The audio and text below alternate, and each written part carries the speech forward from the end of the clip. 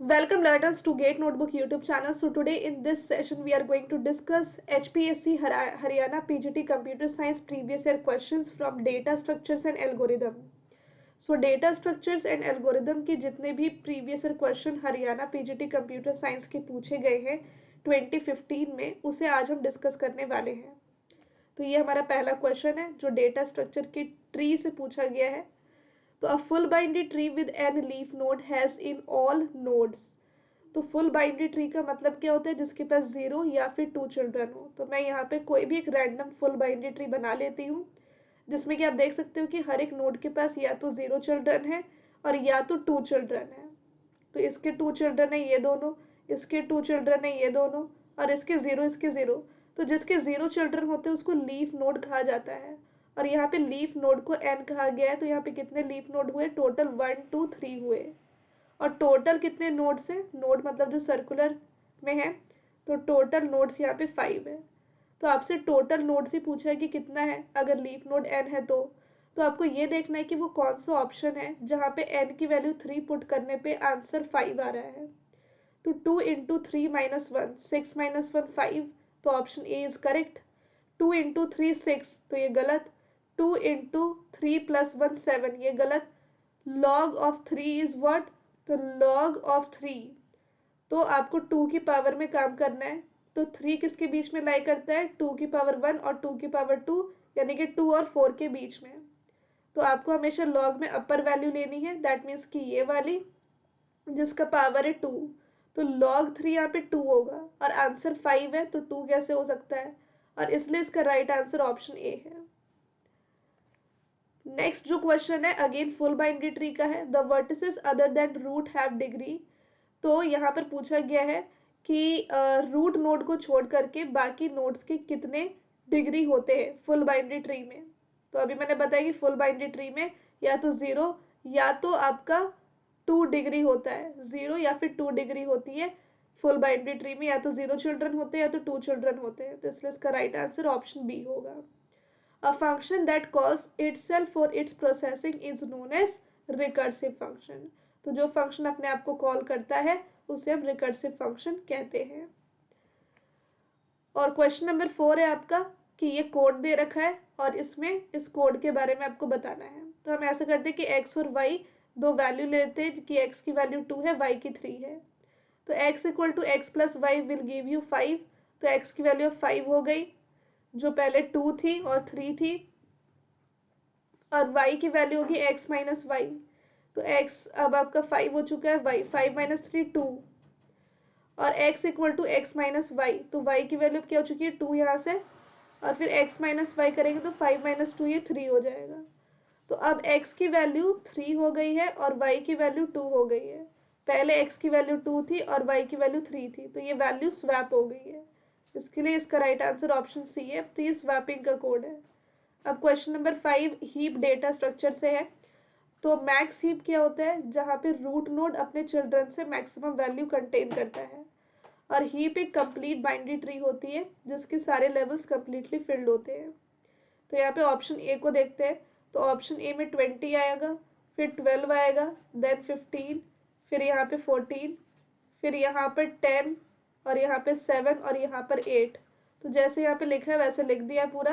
और आपको देखना है कि 20 के अपने सारे चिल्ड्रन से मैक्सिमम है, हाँ। 12 के अपने सारे चिल्ड्रन से मैक्सिमम है, नो। तो ये बाइनरी मैक्स हीप नहीं है क्योंकि 12 की जगह 14 होना चाहिए था, और इसीलिए ऑप्शन ए रॉन्ग हो गया। अब ऑप्शन बी को देखते हैं। तो ऑप्शन बी है 20 14 12 16 5 10 और 6।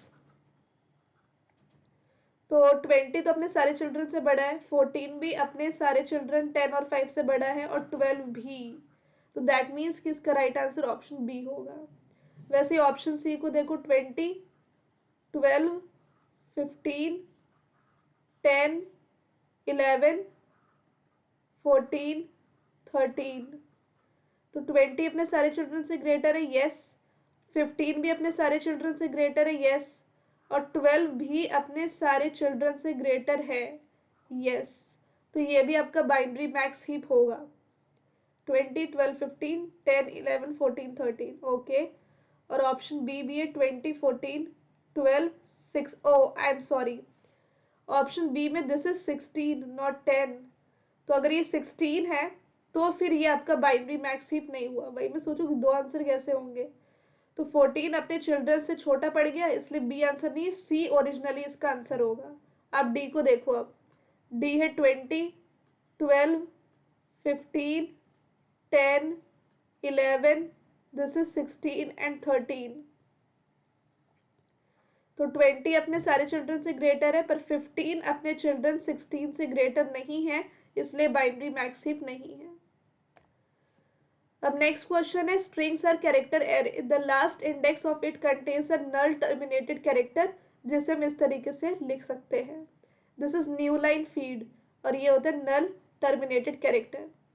किस डेटा स्ट्रक्चर को हम यूज करते हैं रिकर्शन में? तो स्टैक को हम यूज करते हैं रिकर्शन में। क्वेश्चन 8 है कि कौन से सॉर्टिंग एल्गोरिदम की वर्स्ट केस रनिंग टाइम ये होती नहीं है?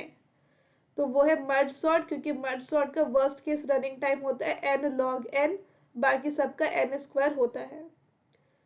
तो वो कौन सा ऑपरेटर है जो हम लॉजिकल एंड के लिए यूज करते हैं? तो वो है ऑप्शन बी, ये वाला, और ये बिटवाइज एंड होता है, ये बिटवाइज और होता है, so that is way option B इसका आंसर होगा। तो इस तरीके से टोटल 9 क्वेश्चन हमने डिस्कस कर लिए हैं। और believe me students, sorting algorithm कोई सा भी हो, आपको सबका टाइम कॉम्प्लेक्सिटी याद होना चाहिए, ठीक है? इसलिए यहाँ से आप मोस्ट एक्सपेक्टेड है, एवरेज केस हो, वर्स्ट केस हो, बेस्ट केस हो, सारे केसेस में टोटल 12 से 13 एल्गोरिदम है जो सॉर्टिंग में आते हैं। तो इसीलिए आप लोग उसको याद रख लो। बुलियन ऑपरेटर के सारे सिंबल्स आपको याद होने चाहिए, एस्केप सीक्वेंसेस भी आपको याद होने चाहिए, डेटा स्ट्रक्चर कौन कहाँ यूज होता है, तो क्यू को हम कहाँ पे यूज करते हैं, तो क्यू को हम बीएफएस में भी यूज करते हैं, स्टैक को हम डीएफएस में यूज करते हैं, ठीक है? तो ये सारी चीजें हैं। और स्वैपिंग का कोड तो बेसिक था, तो प्राइम नंबर का कोड आना चाहिए आपको, इवन कंपोजिट वगैरह जो भी है। मीन हीप का भी आ सकता है अगर मैक्स हीप का आया है, तो फुल बाइनरी ट्री का है तो कंप्लीट बाइनरी ट्री का भी आ सकता है, परफेक्ट बाइनरी ट्री का भी आ सकता है, ठीक है? दिस टाइम डेफिनेशन अगर रिकर्सिव फंक्शन की आई है तो नेक्स्ट टाइम नेस्टेड की आ सकती है, ओवरलोडेड की आ सकती है, नाइन की आ सकती है, ओके। सो दिस वे हमने टोटल 9 क्वेश्चन किए हैं, सिर्फ इन 3 टॉपिक से। आगे चल करके मैं और भी सब्जेक्ट के करवा दूंगी। और हमने एक HPSC का कंप्लीट कोर्स भी लॉन्च किया है, जो आप चाहे तो इनरोल कर सकते हैं। और ये अभी लास्ट डेट है इसको इनरोल करने का, 3 दिसंबर, यानी कि परसों आप इसको इनरोल कर पाओगे, परसों तक। और उसके बाद ये वैनिश हो जाएगा। इसकी वैलिडिटी 3 मंथ्स की है। इसमें हम टोटल रिकॉर्डेड वीडियोस प्रोवाइड कर रहे हैं, जो 250 से भी ज़्यादा है। हर एक वीडियो का ड्यूरेशन 1-1 घंटे का है। और PDF नोट्स भी मिलेंगे, सिंगल रिविजन पेजेस है, और 24/7 डाउट सपोर्ट है, ठीक है? तो ये सारे जो क्वेश्चंस मैंने करवाए हैं ना, गेट के हैं, UGC नेट के हैं। और हमने एक डाउट सपोर्ट में ये भी फीचर दिया है कि अगर आप गेट का या UGC नेट का कोई भी PYQ सॉल्व करते हो और आपको डाउट आता है, तो आप मुझसे डाउट सपोर्ट में क्लियर कर सकते हो, ठीक है? इसका ओरिजिनल कोर्स फी 6000 और डिस्काउंट के बाद 3000 है। वैलिडिटी 3 मंथ्स का है, तो जल्दी से इनरोल कीजिए। कोई भी डाउट है तो इस नंबर पे आप कांटेक्ट कर सकते हो। और हमारे गेट नोटबुक के एप्लीकेशन को आप डाउनलोड कर लीजिए, जहाँ पे स्टोर सेक्शन पे जाकर के इस कोर्स को आप इनरोल कर सकते हैं। इसमें हमने क्या क्या सब्जेक्ट्स कवर किया है? Theory of computation, COA, C computer architecture, C programming, discrete mathematics, compiler design, operating system, algorithms, networking, databases, system software, system security, digital logic, data structures. तो ये सारे सब्जेक्ट्स हमने कवर किए हैं। और सॉरी, जनरल एप्टीट्यूड तो हमने छोड़ ही दिया, तो जनरल एप्टीट्यूड भी हमने आज उसको ऐड कर दिया है, तो वो भी इधर इंक्लूडेड है। नेक्स्ट लास्ट डेट है इनरोल करने का इस कोर्स को, 3 दिसंबर, तो जल्दी इनरोल कर लीजिए और गेट नोटबुक ऐप को डाउनलोड कर लीजिए। Thank you so much.